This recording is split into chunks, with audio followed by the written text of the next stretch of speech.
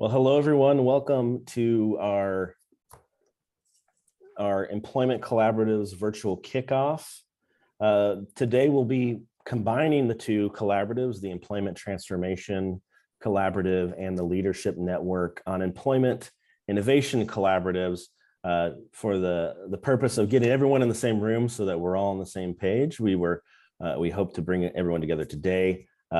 There will be some pieces of these collaboratives that are separate, but we thought it would be best to have everyone together, putting our heads together and getting introductions today.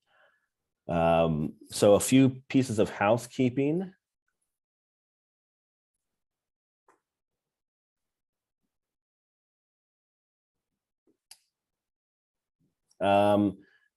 Please make sure your microphone is muted throughout the meeting today. We will provide an opportunity later on in this meeting for a Q&A where you'll be able to either type your comments or questions into the chat box, or you can unmute your mic at that time to ask a question. Either way is totally fine. Your videos were muted upon entry. You're welcome to turn your video on. Please be mindful that we are recording this kickoff meeting for those who are not able to attend today. And so you're going to be on camera if your video is on.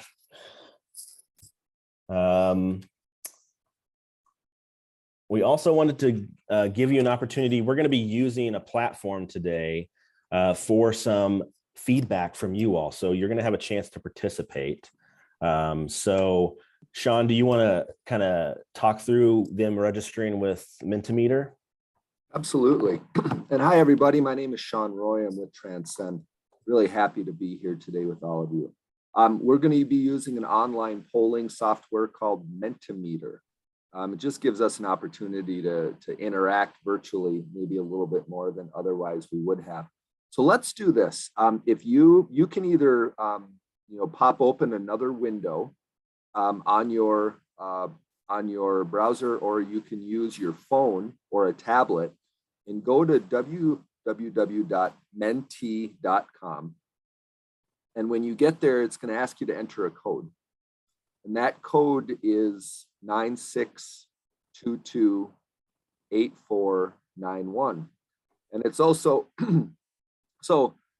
probably write that down at this particular point. I'm going to give you guys a minute to go over to Mentimeter. And what we'd like you to do is just share your name, what agency that you represent, and what is the location of the agency or general area of the agency that you work in, just so we can get an idea of who's joining us today. So again, it's www.menti.com, and the code is 96228491.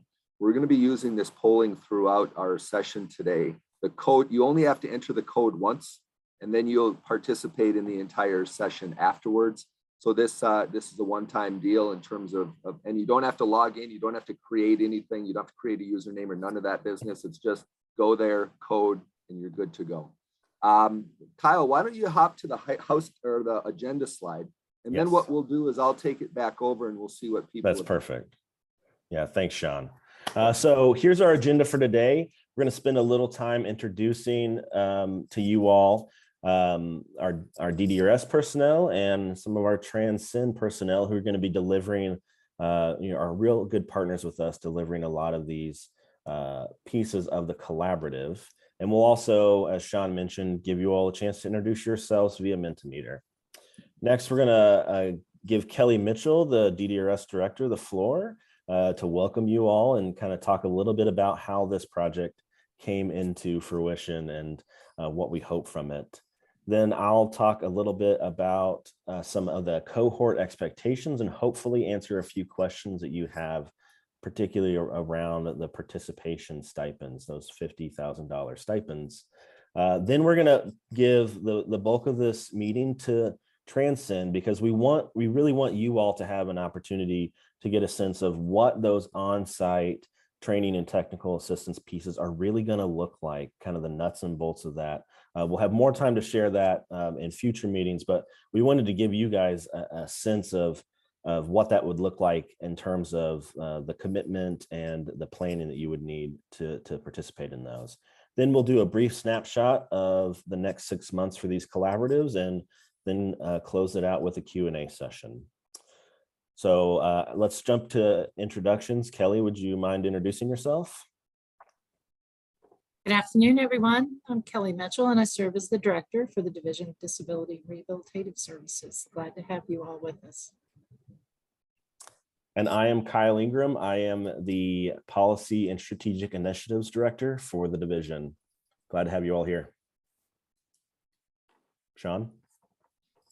As I mentioned, I'm Sean Roy. I'm a Chief Training and Innovation Officer with Transcend. And I am Sarah Murphy, and I'm a Senior Associate at Transcend and also the Director of WorkLink, our direct service program in San Francisco, California. Cool. All right, Kyle, why don't I wrestle control away from you then? And let's see what people came up with in terms of, let's see what people came up with here for us. I'm going to actually just open this up. There we go. And then share my screen after that. Hey, perfect. So as you can see, we have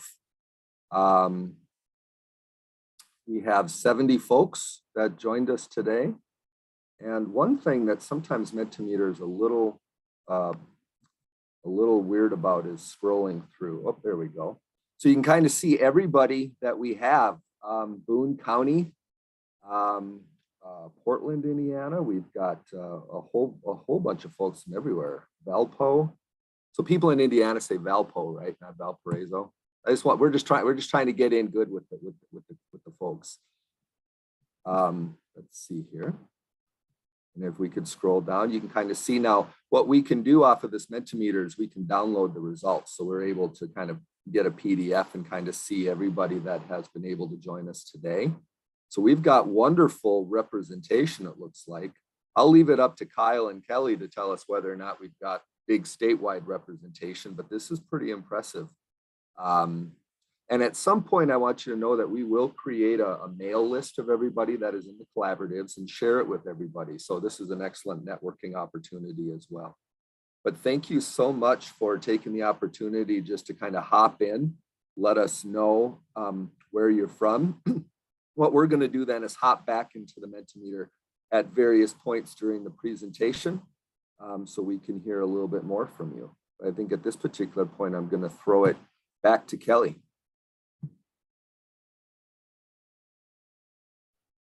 All right. Well, good afternoon, everyone. I think my job at this point is really just to talk a bit about the vision and set the stage for today.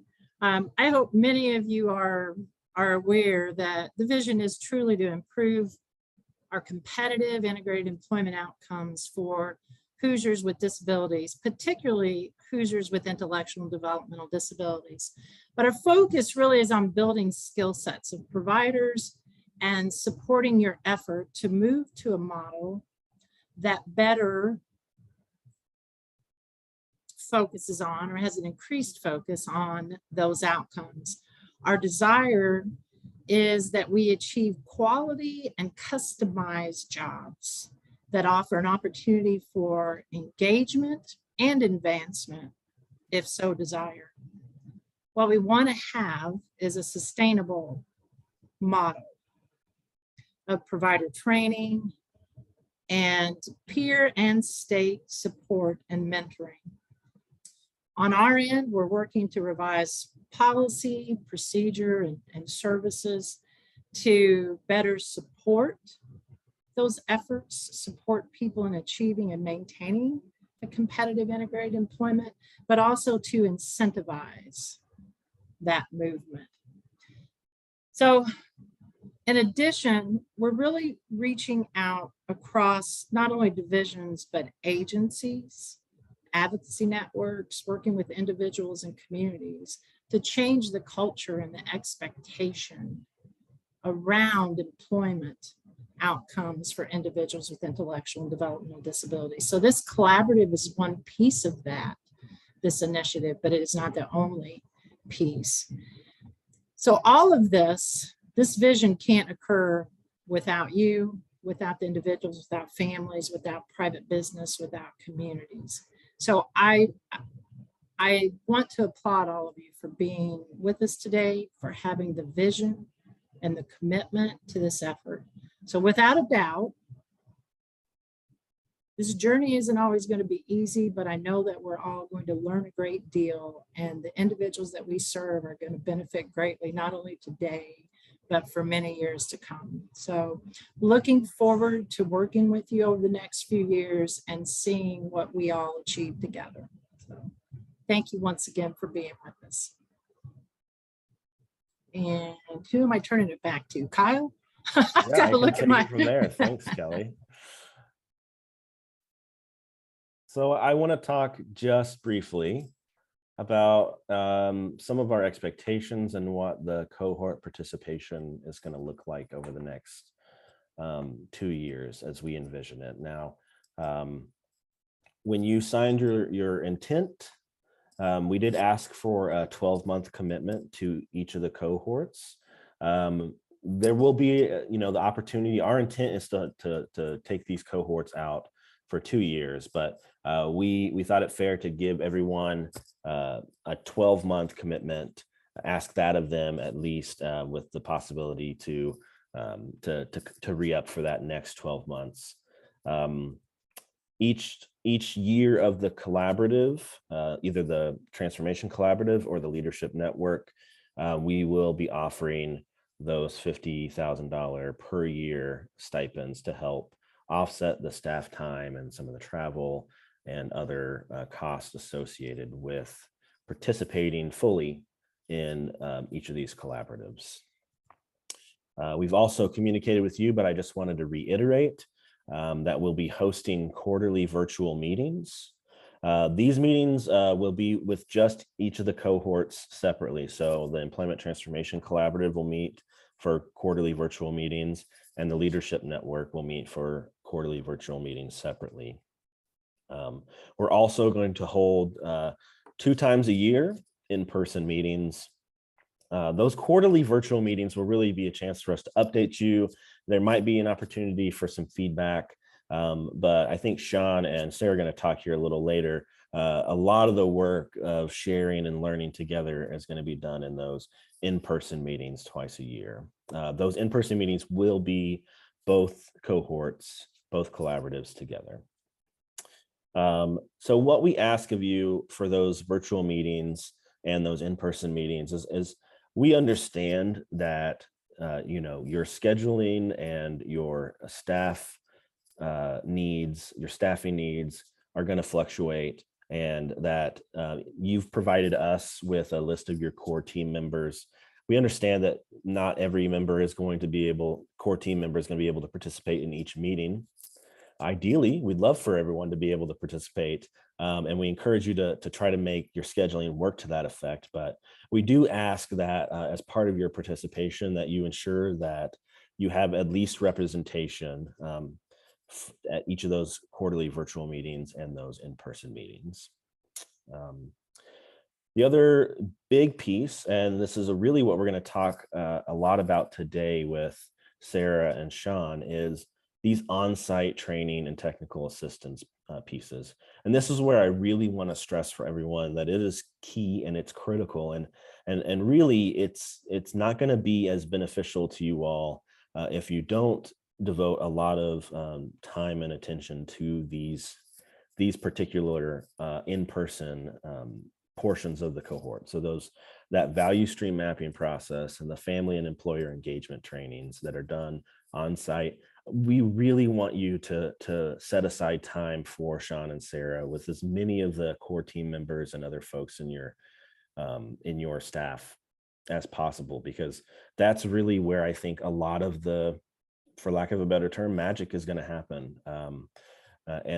And so I wanted to just flag that for you, that Sean, I don't know if Sarah will be, but Sean will be reaching out to help schedule these throughout the next year.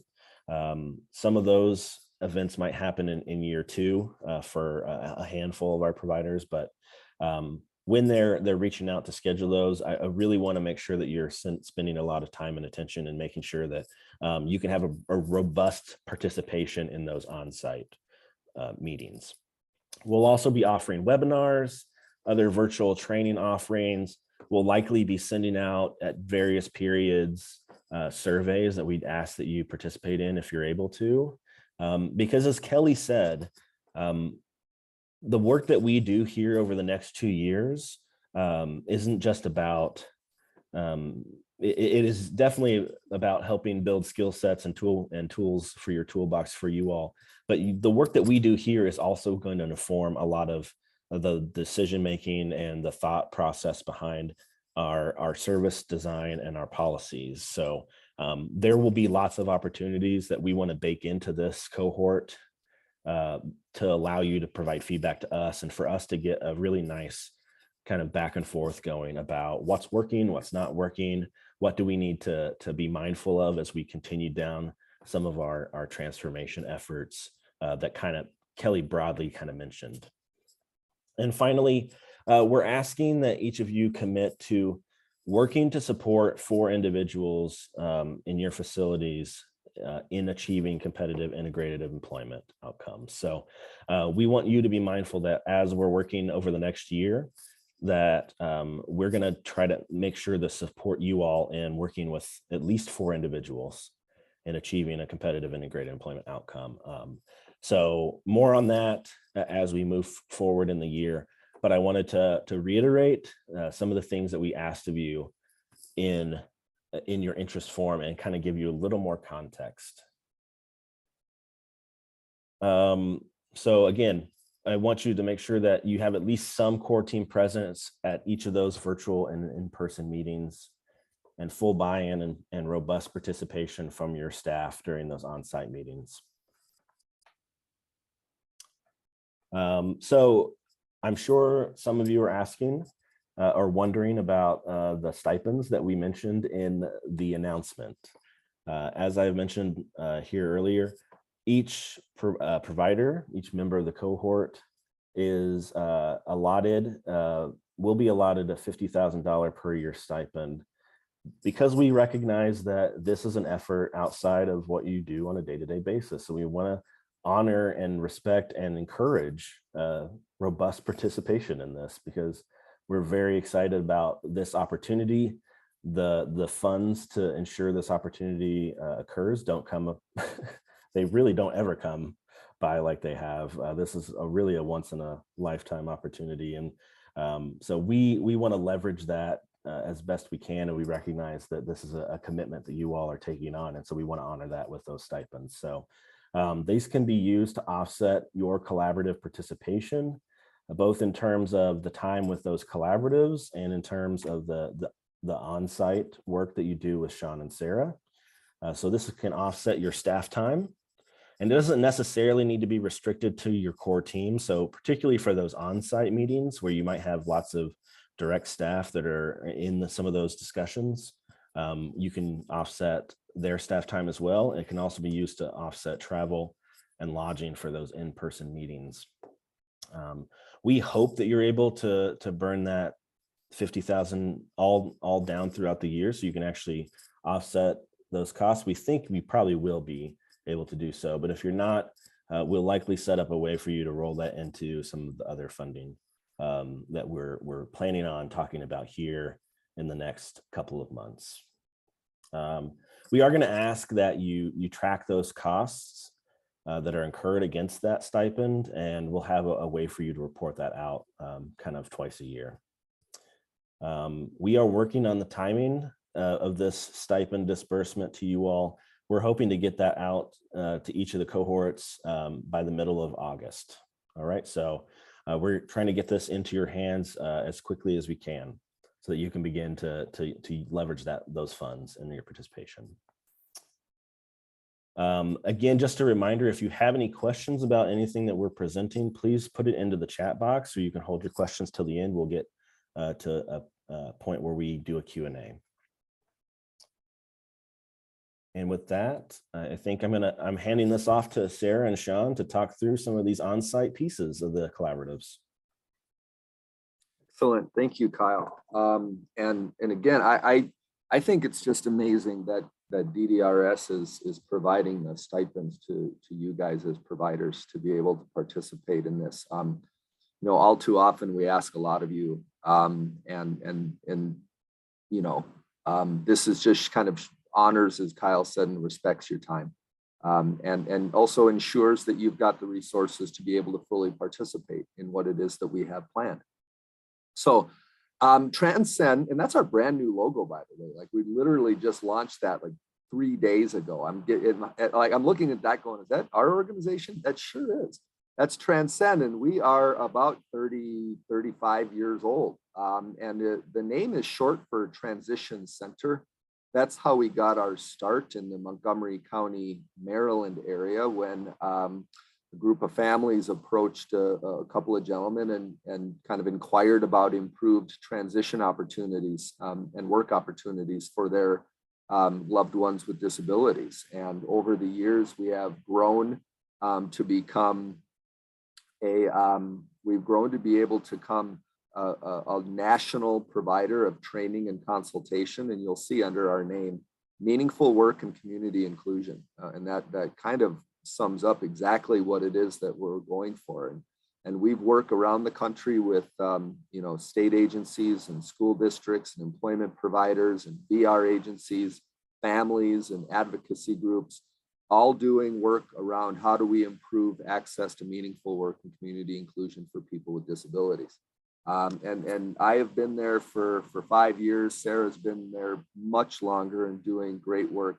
And so what we want to do, though, today is our focus of these collaboratives is really taking your services to the next level. Some of you are at different points in your transformation process, if you will, this idea of shifting resources and services to be more community-based and to focus on competitive employment outcomes. And so what actually, Kyle, you've got control here. So if you could go to the next slide, please. What I'd like to do is have you guys go back to the Mentimeter. So again, remember, it's www.menti.com, and in the chat box is the code. And I'm going to stop sharing this, and I'm going to share my screen. So you can, here, just a second. It doesn't always pop up for me when I do it right away for some reason, but I have to do this. All right. The joys of technology, right? There we go. So we've got a little bit of a poll going on here. You guys should have access to this right now. And what this is, we want to know just where is your agency in the service transformation process? And this idea that some of you might be getting rid of your 14C. Some of you might have already gotten rid of your certificate, but you need a little help in terms of bringing your services to scale. Some of you have not thought about that, and you're just now in the planning stages. And so, to use some Midwestern homey colloquialisms, either A, you are standing on the dock, but you're planning to do so. John, we can't see the Mentimeter. You cannot see the Mentimeter. Oh, there it is. Okay. All right. Either A, you are standing on the dock, but you're planning on doing so. B, you got 1 foot on the dock and 1 foot in the boat. That means that you maybe are planning, that maybe you've taken steps, but you haven't completed it yet. Or you are in the boat and you're sailing towards your goal, that you have started this process of reimagining your services and reallocating resources and reallocating staff, and you're heading towards that place. So let's just see what you guys decide. And you can see real time as people answer the percentages or the lines, they grow and they shrink and they move. So again, this is non-scientific and nobody's going to be held to anything accountability wise. We're just kind of curious where you think you are at in the entire process. This is absolutely hard science, Sean. Yeah, this is peer reviewed. and I had to bring this through IRB. This is well, it kind of passes as hard science these days, but this is what, all right. So it looks like a lot of you are saying that you're already in the boat and you're sailing towards the goal, that you've started taking, your processes, and you feel like you've got a direction, or at least you feel like you've made that commitment. The bigger chunk, or the second biggest chunk, is you've got 1 foot on the dock, 1 foot in the boat. You're kind of deciding how this is going to look, and then some of you have decided that you haven't quite started yet, but you're trying to figure out what that might look like. And I think for all 3 of these answers, some of what we have planned is really going to help you either way, and I'm really excited to have you hear about it. So let me tell you a little bit about what we've got going on, and we are going to go to. We're not going to go to the next slide right away, but we are going to do another one relatively soon. So Kyle, if you pop the slide back up. So the next slide, the first thing that we're going to do as part of our on-site technical assistance is listening sessions. I'm a firm believer that we need to listen to the people that we serve. And so our goal is to have 3 listening sessions with individuals receiving services and 3 sessions with families of those individuals receiving services. No, so when I say 3 sessions, I am not saying 3 sessions per provider. That would be a lot. I'm talking about 3 sessions total amongst the whole of these 2 collaboratives that we're talking to today. Certainly hope that you guys will help us recruit individuals or families that we can talk to, and we're going to give you some criteria when that comes up as to who it is that we might be looking for. Probably anywhere from, say, 5 to 7 people per session makes for a listening session that is manageable, but you get good information from it. They're 90 minutes each. They're done virtually. And what we're going to do when we're done with these listening sessions is provide you and the agency with a summary report about what it is that we learned. So stay tuned for what it is that we need from you regarding the listening sessions. And so now what we're going to do is we're going to go back to our friends at Mentimeter, because we kind of want to talk a little bit about where it is that you are now and what are some of the things that that you may wish to improve on. So the very first thing, and this is going to be a word cloud, by the way. So what happens is you're going to give us your answers to the question, and then the answers are going to populate a word cloud. The bigger the answers, that means the more common the answers. So in 1 or 2 words, and Sarah, let me know if you guys can see this on the screen. Perfect. 1 or 2 words, please share your agency's bright spots related to customized integrated employment, so that's CIE, and person-centered planning. So what do you feel that your agency does particularly well? Each person on the Mentimeter can answer up to 3 times. So feel free to give us the stuff that you feel as an agency you guys are doing pretty well at.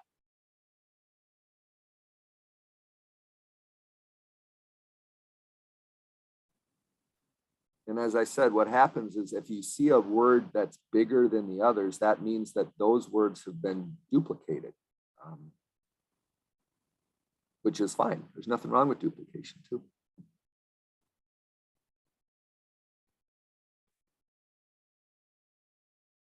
And Sarah, I wouldn't mind maybe if you hopped in here and just kind of gave me your impression of what it is that you're seeing in terms of these answers. It's making me a little dizzy, but it's yeah, creating opportunities and independence, meaningful day is a big one. And another thing that we're seeing is the person-centeredness. So that's impressive. There's also some stuff around staffing, having dedicated staff and leadership that really empower clients. So this is great. Listening, big piece of person-centered services for sure. Choice. Ending sub-minimum, so people are really looking at, real pay for real work. Very good. Yeah, I see a culture of respect. I think that's so important when you talk about expectations and what the agency is conveying to the families and the individuals and the staff, right? That you respect what they're doing, team approach, quality of life. Wow, this is pretty cool. So you got to always take the good with the bad, right? That's what the Facts of Life theme song told us anyway. So let's try then, what are maybe 2 or 3 things that you feel your agency would like to improve on related to customized integrated employment and person-centered planning? 2 or 3 things that you feel your agency would like to improve on. And again, shorter answers if you would. Okay. So individualizing services. Yep. Oh, staff buy-in.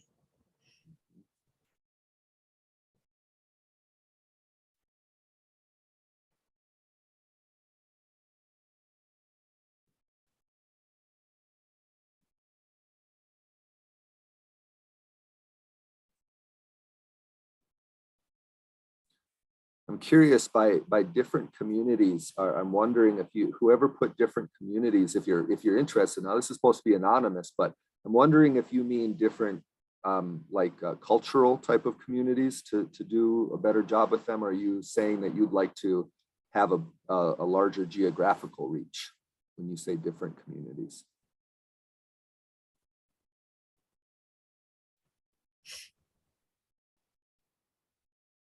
So family engagement is a big one. Yeah. Competitive pay. So getting those salaries up. Growth opportunities, staffing, obviously a big issue. Yep.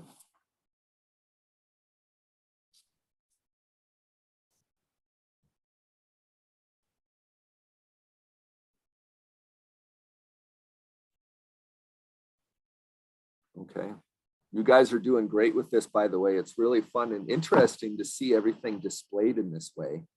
And this is really great information. I mean, like I said, we're going to download this and we're going to take it and be able to refer back to it when we think about constructing some of the trainings that we're going to offer. So what I'm going to do is I'm going to stop sharing at this particular point and ask Kyle to pop the slides back up. And you know, what popped out at me with those 2 word clouds is that a lot of what it is that you guys feel as though that you're needing are things that we can directly address and are planning on addressing. So I'd like Sarah to tell you about kind of the biggest chunk of these collaboratives, and that's the value stream mapping process. Yeah, so one of the things that we are plotting is a 3-day process that is called value stream mapping, which is based on lean principles. And you'll learn more later about that. So this is just going to be a glancing blow of what value stream mapping is all about. But it's what I see it as is it's a really engaging, empowering method of looking at service transformation and process improvement for organizations. And it's really effective because it gets down to the boots on the ground level. It really gets down to the day-to-day. How do we do this? Which is something that oftentimes what we find is that people really focus on those big 50,000-foot goals of like, let's increase competitive integrated employment. And then they turn around to their management and say, go do it. And the management team and the direct service team are kind of stymied. So value stream mapping is proving to be a really effective tool. So with our goal of building a flexible, person-centered, and these are some words that we saw in the Mentimeter, a service system that is focused on community inclusion and employment for people with disabilities. So that is the goal of this project, is how can we help tailor our services so that they are person-centered and that they do result in community engagement and employment for the people that we serve. Next slide, Kyle, I guess. So one of the things about making big change is that you really have to encourage your staff to participate. And that's one of the things that I really like about value stream mapping is it is an engaging, empowering process. It is a team that is a cross section of your organization. So it's management, it's leadership, it's families and individuals can participate on your service transformation, your value stream mapping team.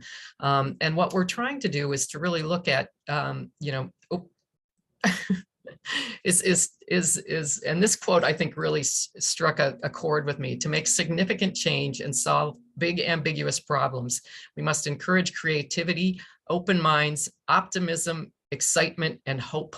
And that, I think, is exactly what you get from a value stream mapping process. It's a process where you're really sitting down with all of the people who are doing the work or who are impacted by the work and really coming up with what's the best way, what is the best way to do, employment services or services for people with intellectual and developmental disabilities. And how do we really focus on our customers and what they want? So next slide, please. So lean is the basis of this. Lean is the Toyota way.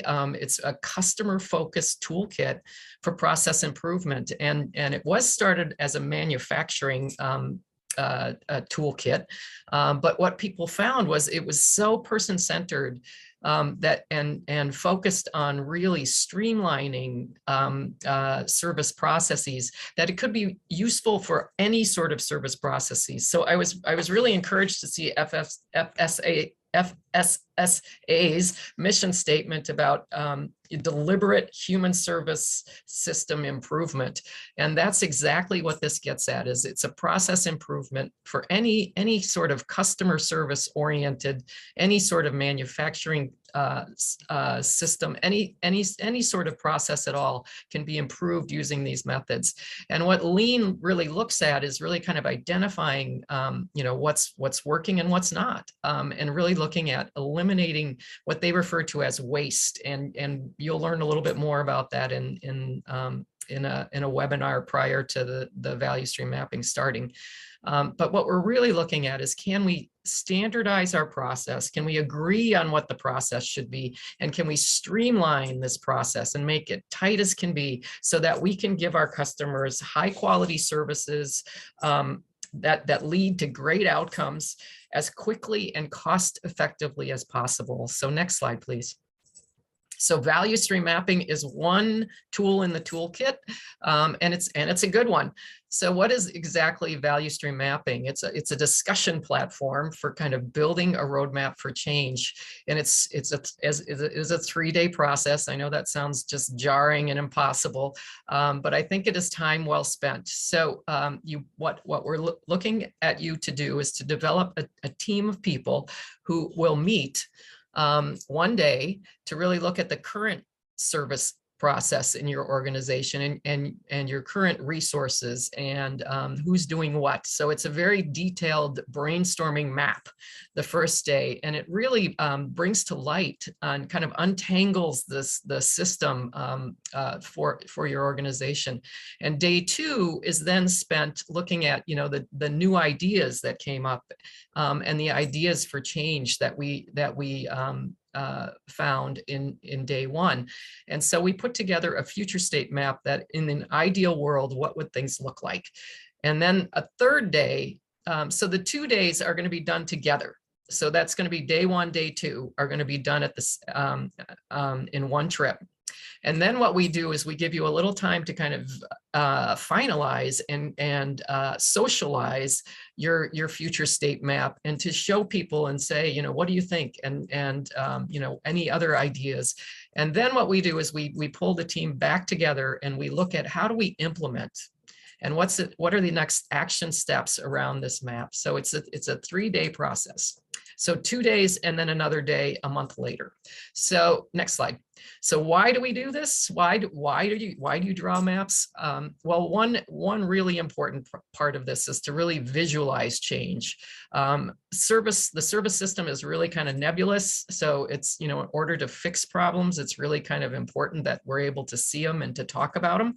So that current state map is all about kind of visualizing what is in place today. And the future state is a blank slate.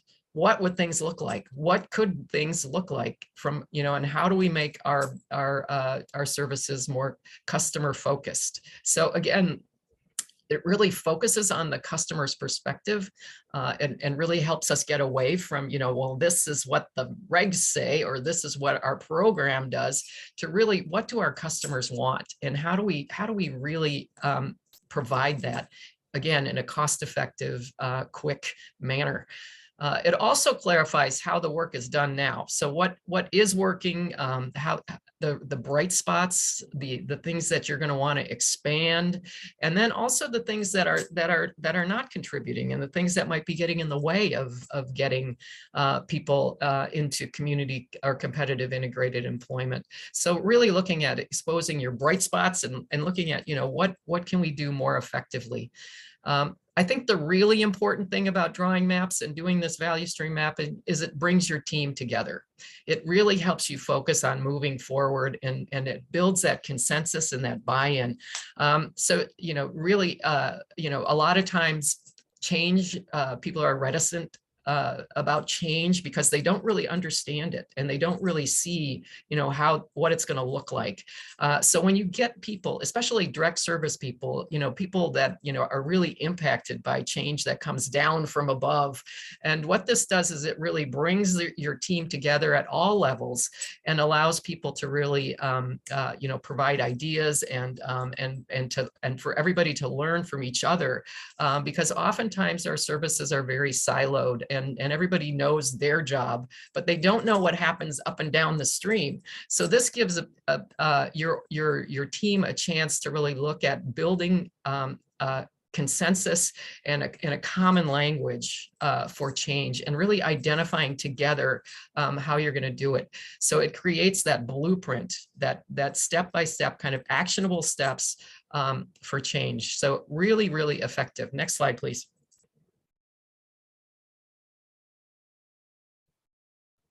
So again, the current state map is, where are we today? So it really outlines your existing process from, again, the perspective of your customer. So we'll be really looking at, what does a day look like in the customers that you serve, and how does the service work from the time that someone calls you up and says, I want services, I want a job, and a meaningful life. What happens? And it goes step by step. But it is more than just a process flow chart. It is really a discussion platform. So it really kind of clarifies and untangles your process and your methods. It really, again, is focused on the customer and what their needs are and what they want. And it really looks at kind of, what's working, what's not. Again, what you can expand, where your resources are, where you need more resources. All of this stuff can be very, is incredibly important for strategic planning. And oftentimes what we see is people write those strategic plans for their organization around a conference table, and it's usually just management who's doing it. So this is a way to really kind of bring people on and look at, do we agree on where we are? Do we agree on what changes to make and where we want to go? So that's the current state day. It can be a little rough. There's a lot of dissension in some organizations, and there's a lot of back and forth about what's the best way. But I think one of the really beautiful things is it gets everything on the table. It gets everything on the table, and people can start looking at how do we move forward. So next slide, please. So the second day is actually really, I think, really fun, because it really takes everything. You're focusing on solutions. You're not focusing on the current problems. You're really focusing on your customer and everybody can, really say, this is what our customers want, this is what we're going to provide. And it really looks at how do you eliminate the waste, the things that are really holding you back, and how can we really streamline the process so that it happens quickly and cost effectively. So again, this is in the ideal world. So you can really think big. You have all the money in the world, all the staffing you need, and it gives people kind of freedom to put forward ideas that may not see the light of day if you don't give them this kind of blank slate. So really important. And then the really fun thing is at the end of the day, or a week or two later after you finalize it, you have a roadmap that you can use for kind of gauging your progress. This is, and it tells you what needs to change, and it shows you kind of one thing we look at the process, we look at the people, and we also look at the triggers. What tells you it's time, this service is done, and it's time to move from, say, training and skill building into job development, and it gets people really thinking about those triggers, and how do we know when it's our people are making progress. So it's a really, I think, exciting thing. Next slide, please. So future state mapping. What should services look like tomorrow? And then we take that map, and as I said, about a month later, we get the team back together after they have a little time with that map, and they can finalize it, and they can get input from others. Some people have kind of shopped it around and had people, the organization weigh in, and think about, redoing a few pieces of it. And then what we'll look at is operationalizing that future state map. What needs to be put in place? So the first step of that is to really analyze and prioritize what your next steps are going to be. There's some low-hanging fruit that's really easy, and then there are some goals and objectives that will be, insanely difficult. So what we look at is kind of, what can we do today? What can we do, tomorrow? What resources do we have? So again, it really helps with your strategic planning. And what we're looking to do with this implementation and action plan is to create a 3 to 5 year window of what service transformation goals are your priorities.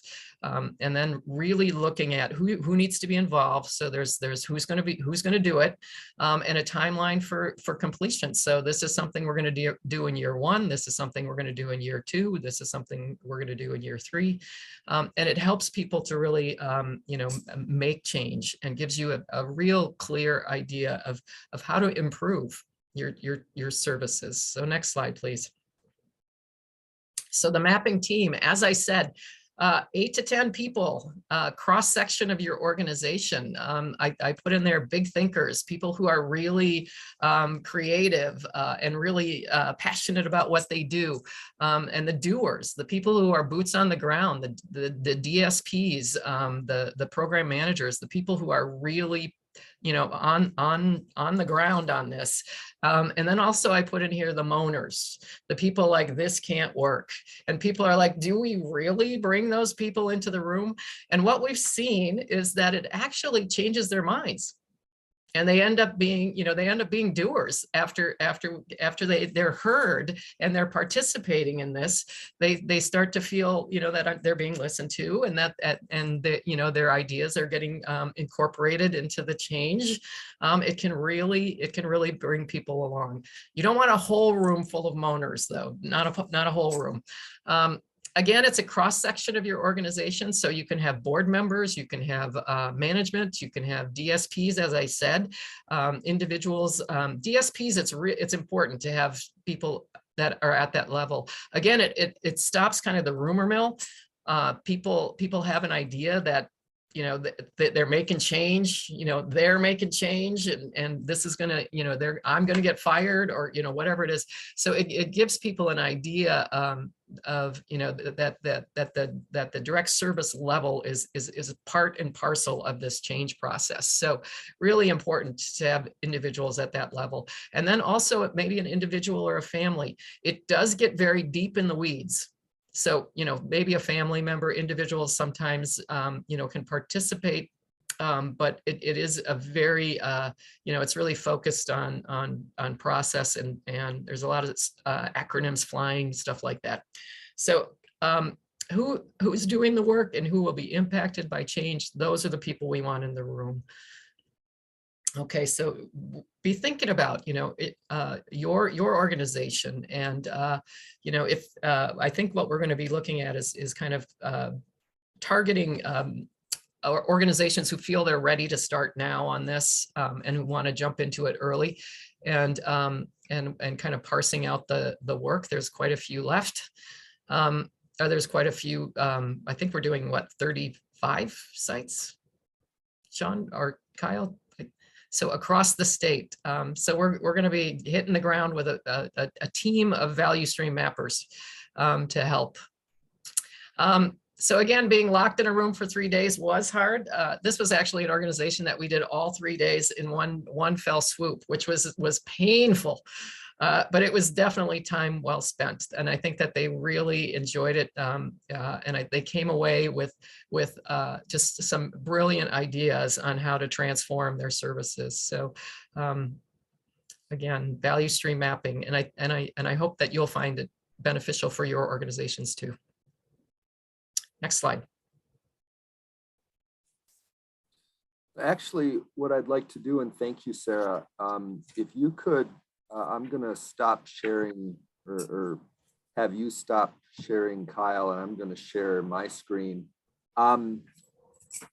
First of all, thank you, Sarah, for that rundown of value stream mapping. I hope that people, upon hearing it, are excited at the opportunity to really dig into their own organization's processes, and not necessarily intimidated by it. But as Sarah mentioned, we're going to have more of an information kind of kickoff webinar. That's not the only information that you're going to get on value stream mapping. We're going to give you some information, and at the end, we do have kind of an ask of you around value stream mapping. But there are other pieces of this, and as Sarah mentioned too, we have a team. Not only Sarah and I, but our executive director, or president rather, Laura Owens, and then we're bringing on a few people for this particular effort that have a great deal of expertise in the field, and we're really excited about it. So what I want to do though is, Laura was not able to be here today with us, and so I'm going to give this a shot. And this is that she pre-recorded a video to kind of describe a little bit of the technical assistance and why we're doing what we're doing. So I'm hoping that if I play it off of my email, you guys are going to be able to hear it and see it on your screens. So let's give this a shot here. And let's see. Are you guys able to see my email? All right, so I'm going to click on this and see what we get.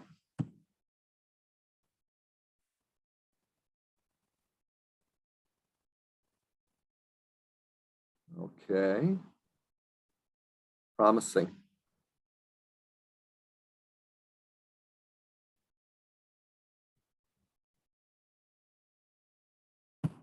Hi everyone, I'm Laura Owens, and I'm really sorry that I'm not there with you today, but I am at our project search graduation and happy to report that all 8 of our interns have jobs, and all of them will be working 20 hours or more a week. But on to why we're here today. Sean, Sarah, and I are really excited about partnering with the Indiana Division of Disability and Rehabilitative Services and all of you to expand competitive integrated employment for individuals with disabilities throughout the state. Over the next 2 years, we will be working with you to review the employment process, to model how to engage families and employers through interviews that really build partnerships that ultimately lead to a more strength-based employment process. Our belief is that there is a job for everyone who wants a job, regardless of their disability. And this belief is really based on the direct service work that we do in providing employment and community participation support for individuals with disabilities, both at our WorkLink location in California and our CEO location in Wisconsin. Over the years, doing the work of helping people with disabilities access employment and community, We've learned that having a strength-based, customized employment process is really key. Focusing on the how rather than the can somebody work leads to much better outcomes. And while we know that individuals we work with have disabilities, it's important not to make their disability our focus, but instead focus on their strengths and passions. Those passions will lead to strengths. And really, I believe strongly that if somebody is passionate about something, we'll be able to teach them how to do whatever it is they want to do. We've also learned that family and employer engagement is essential. Families are the most influential factor when it comes to successful employment because family members are the role models for work and for career development. Families have the expectation, or maybe they don't have the expectation. But what's really important is to meet families where they are and to help them identify what a good life really looks like for their adult child, because that leads to those high expectations. And we've found over the years that working with families, meeting them where they are is really essential in kind of building that partnership with families who many times I think been left out of the process. And so we'll be talking to you about how to engage those discussions and how to meet families where they are and develop those high expectations when it comes to competitive integrated employment. We've also learned over the years that employers are just as important. It's kind of like a three-legged stool. We have individual job seekers, we have employers, and we have families. And so employers are just as important. And I will admit that when I first started in this field 40 years ago, I used to think my job would be so much easier if we didn't have to talk with employers. But what I really now understand is that employment is a business decision. So developing those partnerships with businesses, with employers, and engaging them in discussions and educating them on how to ensure that their diversity initiatives include people with disabilities, and understanding that hiring an employee with a disability is not that different than hiring somebody off the street. You just get additional support.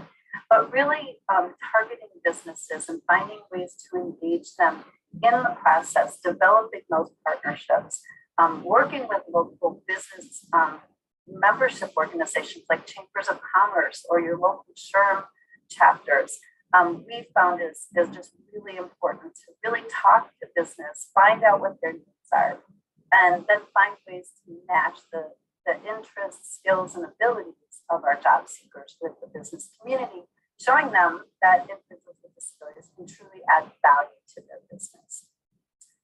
So what we'll be doing over the next 2 years is you'll be seeing a lot of us. We'll be spending full days with each of you doing trainings on family engagement, employer engagement. We'll have some communities of practice. We'll leave you with a suite of tools that you can then use to train your team to improve employment services. One of the things I think that sets us apart, and we're super excited about being able to have this opportunity in Indiana, is that our trainings are not just sit and get. So we're not just going to fly in and give you all this information and then fly back out and hope that you figure out how to use the materials. What we've found over the years is that on-site coaching or modeling, in addition to our trainings, is a much more effective way to help support you, so that you'll see a lot of us as we do our trainings and then come out and provide on-site support and technical assistance for you. We'll also be available for emails and for calls, and again, the communities of practice. So we are just really, really excited about working with you and really increasing the opportunities for Indiana folks with disabilities so that they can lead a meaningful life through family engagement and employer engagement. So looking forward to it. Again, I'm sorry I'm not there in person, but I know that Sean and Sarah are going to be able to answer any questions that you might have. So looking forward to working with everybody. Thank you so much. Take care. Excellent. All right. So let me, we're going to go back to the Mentimeter here in a second, but I think I just want to make a point here that, you know, we know that all of you are at various stages of the process and various stages of thinking about, you know, competitive employment as a focus, maybe engaging families, maybe engaging employers.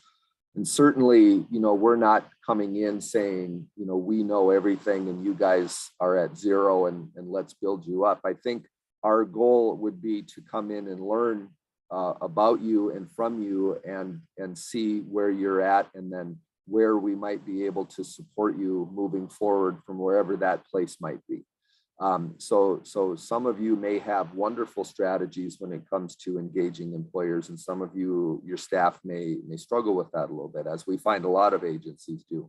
And so this isn't really I see it more as kind of coming in and helping you along the journey as we can. And Laura talked about 3 distinct areas: employer engagement, family engagement, and then kind of competitive integrated employment. So what I want to do is have us go back to the Mentimeter. Let me escape here my,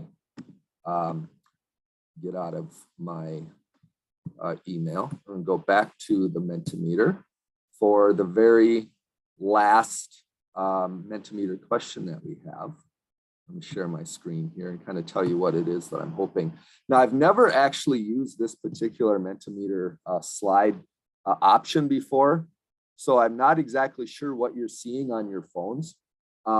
So what I was hoping is that you would kind of let me know for each of these, where do you rank your agency's comfort level and success with some of these things? And so, you know, again, we understand that there's going to be some of you that feel pretty confident in some of these things, and some of you that would acknowledge that maybe you need a little bit more assistance with it. I'm just kind of curious to see, you know, which one of those do you feel maybe most confident about? Which one of those do you feel like you would need a little bit most help with? And if this particular format of the Mentimeter isn't the best one, we could always just do it in the chat box too and just say, of those 3, which ones do you feel like you need the most help with?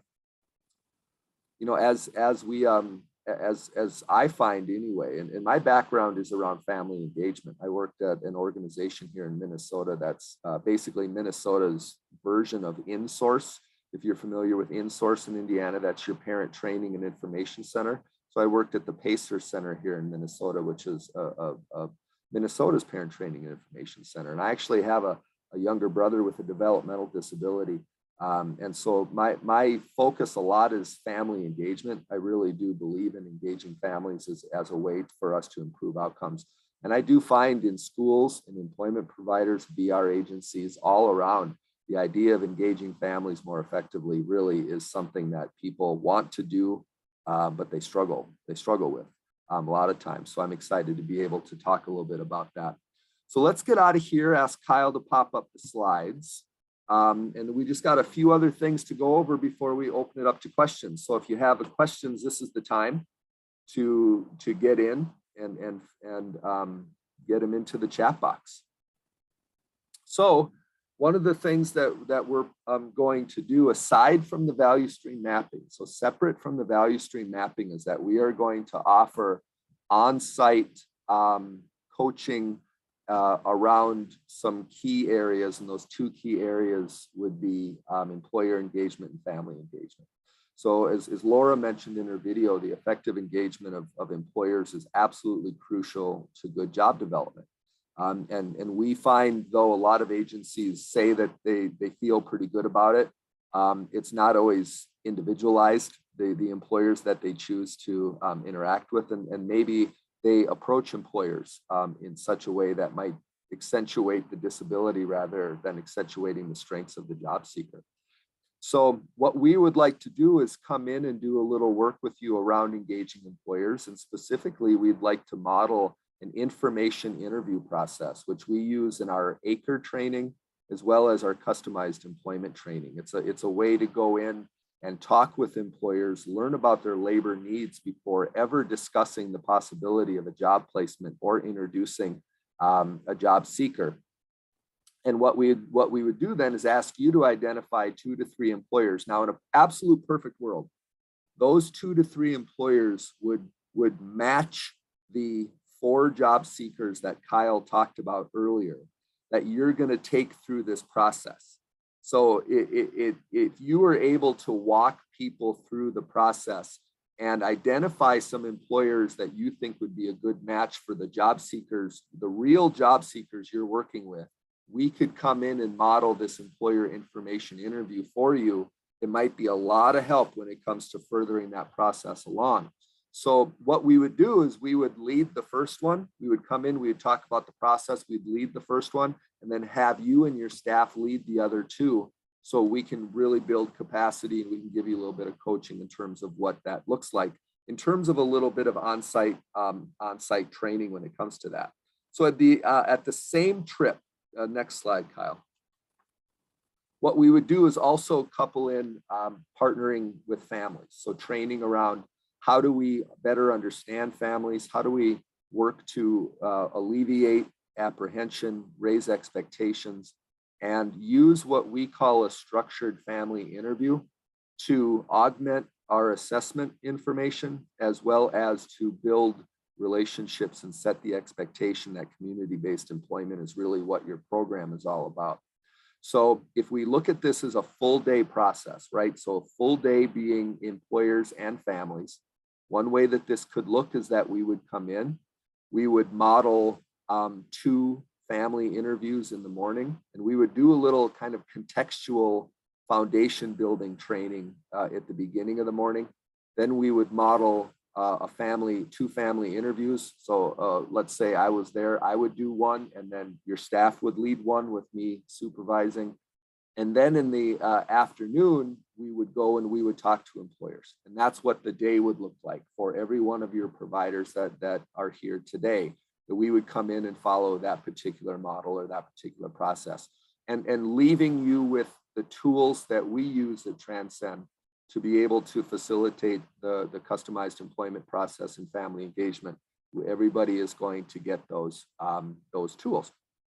So the next slide then, so that is the on-site family engagement and employer training. Again, that is aside from the value stream mapping process. So as Laura mentioned, you're going to be seeing some of us, and also you may be seeing some state staff, and we've asked the state staff if they're interested to come and join us to so they can see the processes and build their own capacity to sustain this beyond the 2 years of the 2 collaboratives. Kyle mentioned twice yearly in-person meetings. We're going to get going on setting the date for the very first one, which I anticipate would be late fall. And then I would anticipate the cycle would be late fall, late spring, late fall, late spring, but that's just something I threw on a slide. We can figure it out as a group, what we want it to do. We really want to give you the opportunity to meet face-to-face, to network with each other, and to engage in some group planning and some group problem solving alongside us and alongside the agency. And we're really, we're in this together. And we want to be able to raise all boats and to have some consistent and quality services throughout the state. And so I really think these twice in-person meetings where we'll bring both collaboratives together. So these will be joint collaborative meetings, and we might even be able to bring in some subject matter experts if you guys have a topic specifically. So if you're like, hey, Sean, we really want to know about rate setting, well, maybe we might be able to engage a subject matter expert from another part of the project to talk about that, or engaging families. We could bring in your self-advocate networks, and we could do a panel of self-advocates really talking about the experience of people with services. I just think it's a really interesting way for us to get together and feel really good about the work that we're doing. We haven't really discussed where that's going to be. There's a possibility that we could move it around, or maybe if Indianapolis is centralized enough for everybody, maybe that's where we keep it. So a lot of flexibility, but you're going to be hearing more about those pieces coming up. So with that, what I'd like to do is I know we got a little time left, but I want to throw it to Kyle. He wants to kind of have you look at what the next little chunk of time is going to look like, and then we'll get into any questions that you guys have.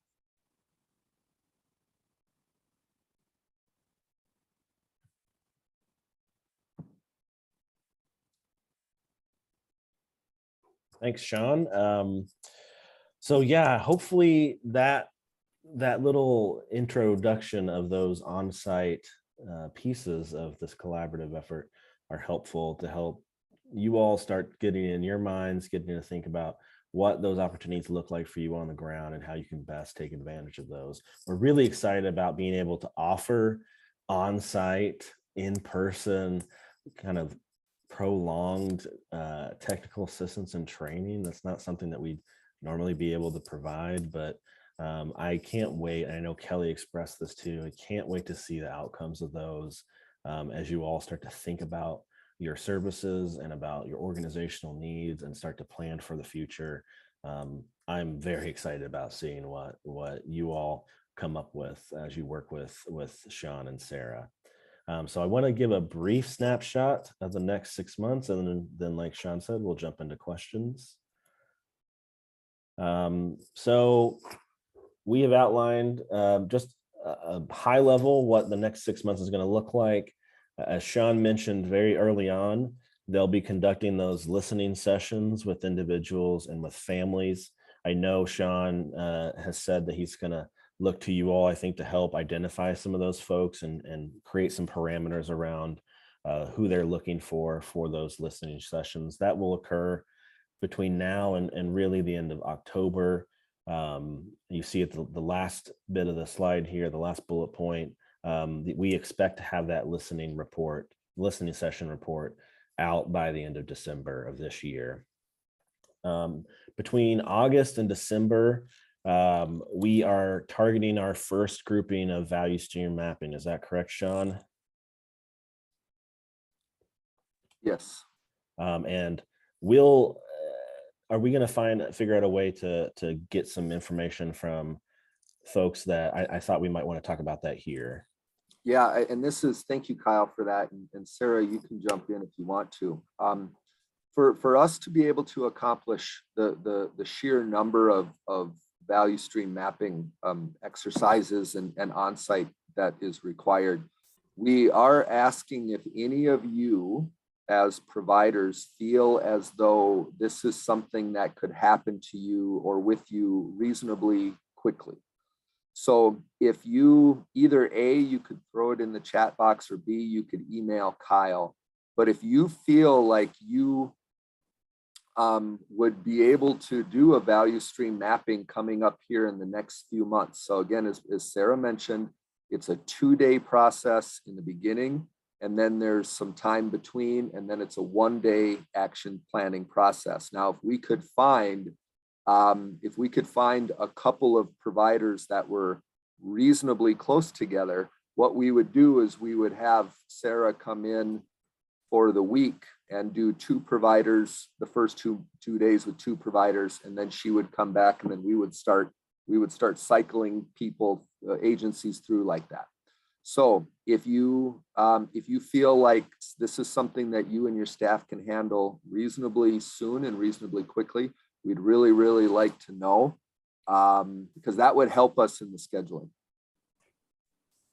Yeah, thanks, Sean. And I think this might be a really, we recognize that, and you've shown us in some of the Mentimeter polling, is that we recognize that all the providers that are part of these collaboratives, you're at different stages and phases of planning and considering some of your transition efforts and what you want your future state of your agency to look like. So I think that folks who are already planning for and might have a good idea of what they're looking for and are ready to jump into the value stream mapping, please email me so that we can get that list to Sean and we can start scheduling those out.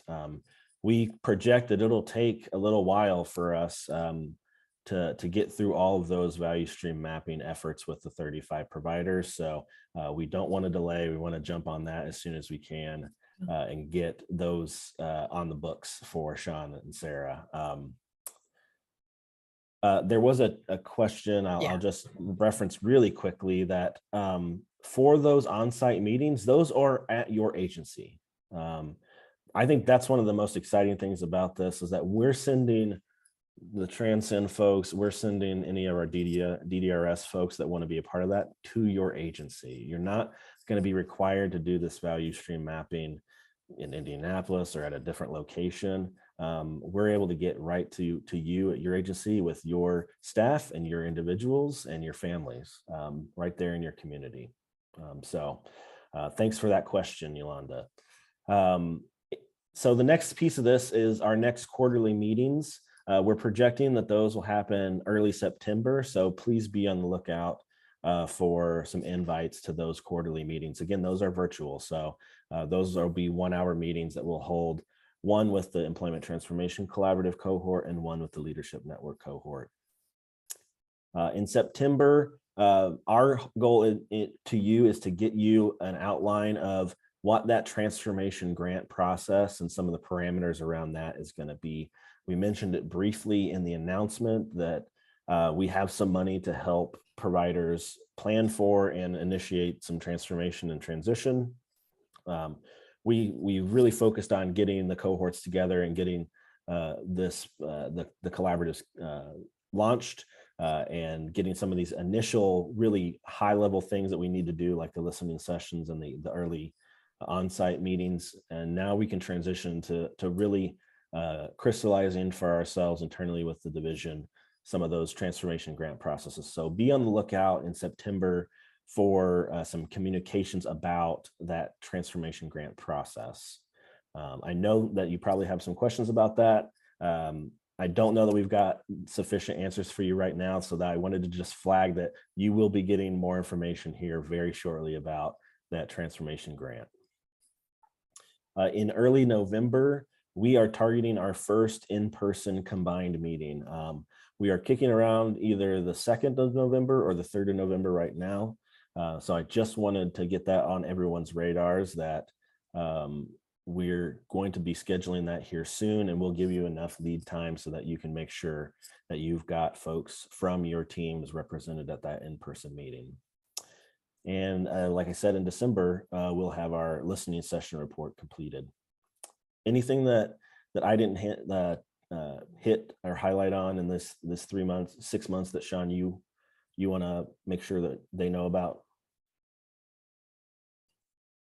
Well, just know that there's a lot of components to this project, right? And so right away, it's the listening sessions that I'm going to be contacting you guys about. But again, that's not a huge lift. I will facilitate the listening sessions.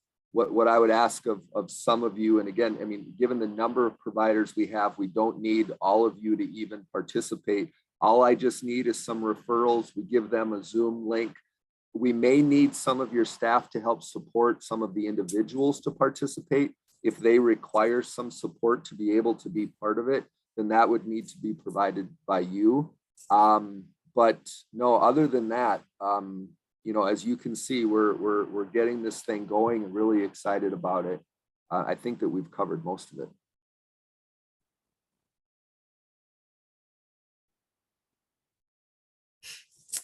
Thank you, Sean. Yeah. All right, so we are at the portion of the meeting where we can do some Q&A here for the next, what it looks like 8 or 9 minutes. So I believe we have some questions in the chat. I'll try to go back up to some of the earlier ones. So Mary Ellen No asked, will we be able to capture the time spent at this webinar as a cost, or do the costs only incur after the contracts come out? So yeah, we encourage you to use that participation stipend. Those can help offset the cost of this time as well. Yeah. LaDonna Everroad asked, at what point can the stipend be utilized? Meaning if we're already working on tasks before we receive the funding, can we apply the funding to the date we engaged in those activities, or when we were accepted in the cohort. So I would encourage you that any of the activities from today and beyond, even before you receive your participation stipend, that's what those funds are intended to help offset. I hope that answers your question, LaDonna.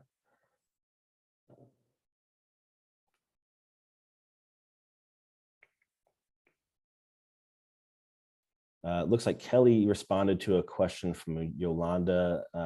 Yolanda, please let us know if that question about placements through Voc Rehab is helpful.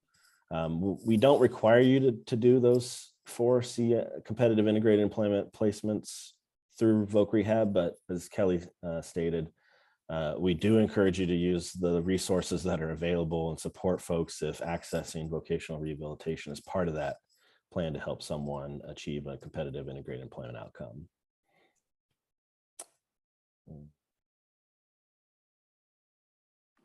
So I have a question from LaDonna about what if individuals don't have family members involved? I'm not quite sure what you mean by that. So LaDonna, if you'd like to unmute and ask your question, we can help make sure that we've got it covered. Hi, can you hear me okay? Yes. So it was basically for when you're doing like those surveys or kind of the assessments or the interviews, if they don't have family members that are a part of their team, if it's those 4 individuals, is there somebody else that we should include in that? Like providers maybe, or other natural supports they have? And you're asking about the family engagement pieces? Yes.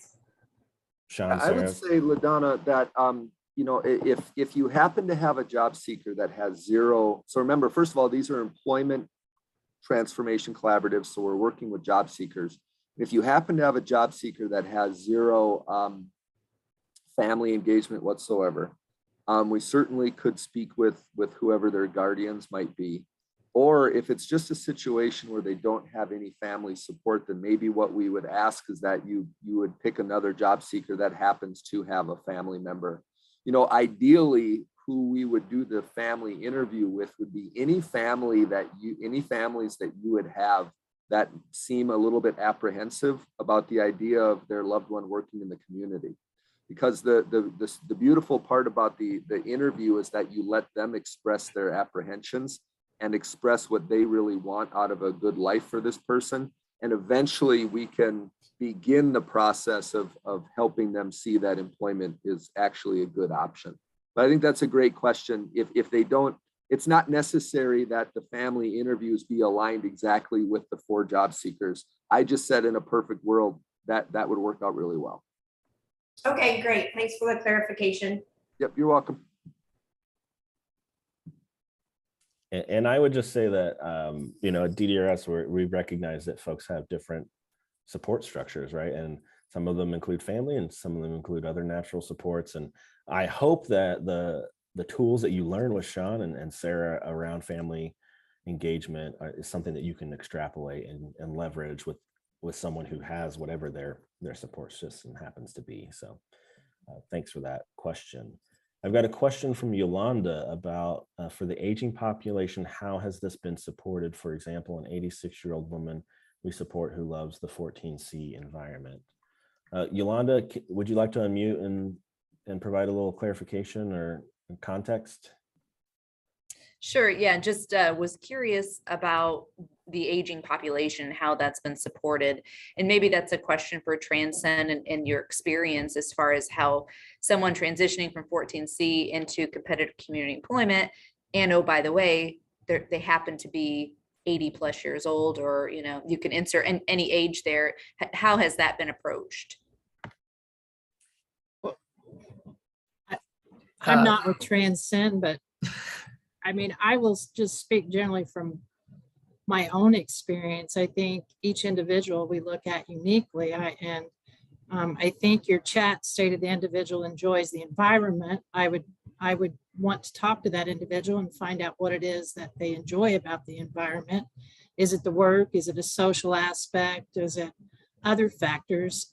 It's not necessarily that everyone has to go into a another competitive integrated job, retirement would most certainly be appropriate, but what other aspects of the individual's life should we focus on to ensure that it's quality and the type of life that they want? So Sarah, you go ahead. You may have much better Right. Well, insight than I think the state's emphasis of charting the life course is a great one, because obviously life stages are something to consider.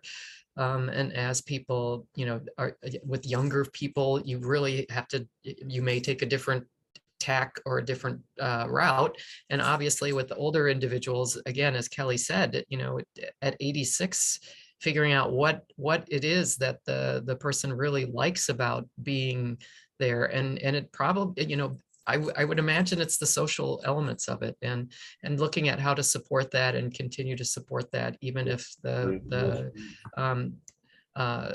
facility or the center is looking at closing. Thank you. So we've been receiving some questions both to the chat and some direct messages about more clarifications on the participant stipends. So one, I want to say that these are not a reimbursement stipend. Like, you don't need to track specific cost against that. That's not what we're asking for. Okay. We're providing you with that funds with really the biggest caveat is that those funds are contingent upon your participation. That's what they're for. And that's what we're trying to honor with those funds. So the expectation is just that you're participating actively in the collaborative. You're showing up to those virtual and in-person meetings. You're making yourself available and robustly participating in on-site work. That's what the funding is contingent upon. So we're not asking you to track because you're going to need to draw down in monthly reimbursement draws or anything like that. But we are providing you with the tracking tool so that you can document that you're delivering, you're putting those funds towards your participation in the collaborative. That's for you to be able to track that. And we will provide more clarification on those elements as we get closer to dispersing those funds to you all. So like I said, we're targeting getting those out to everybody by mid-August. And as we get near to that date, we will be providing more clarification for everyone. So thank you for the questions. It looks like we've got maybe time for one more if anyone's got a burning question they want to unmute and ask.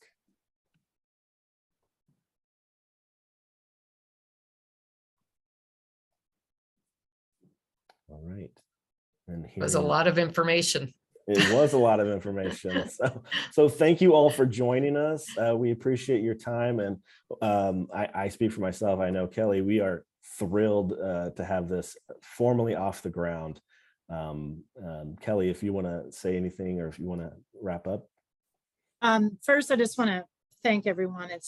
This was an amazing session today, as evidenced by the great questions. I also want to reinforce what Kyle just stated about the stipends. We are going to make that as simple as we possibly can. Obviously, we get audited, but we want to make it as simple as possible. We're not asking you to keep hourly rates and document and bill down. So please don't be overwhelmed by that. We're going to keep that as simple as possible. There's also a question in the chat about the grant funds. Those are separate from this stipend. So for the folks in the Transformation Collaborative, there's going to be an opportunity for some transformation grants. And that should be, in addition to the stipend money, approximately, 450,000 available up to. It's not just a guaranteed grant. It would be based on the business plan and the model, but that would be an average of what's available. So yes, the grant money is separate from this stipend, and there is an additional pool of money to be able to fund those business plans, action plans toward transformation. So this money, the 50,000, is merely for your participation in the collaborative. Yeah, thank you. Other than that, just thank you all. I've so enjoyed being here, and I'm really looking forward to the next few years. I'm very excited. Thank you, everyone. Bye, everyone. Nice to see everyone. We'll see you soon.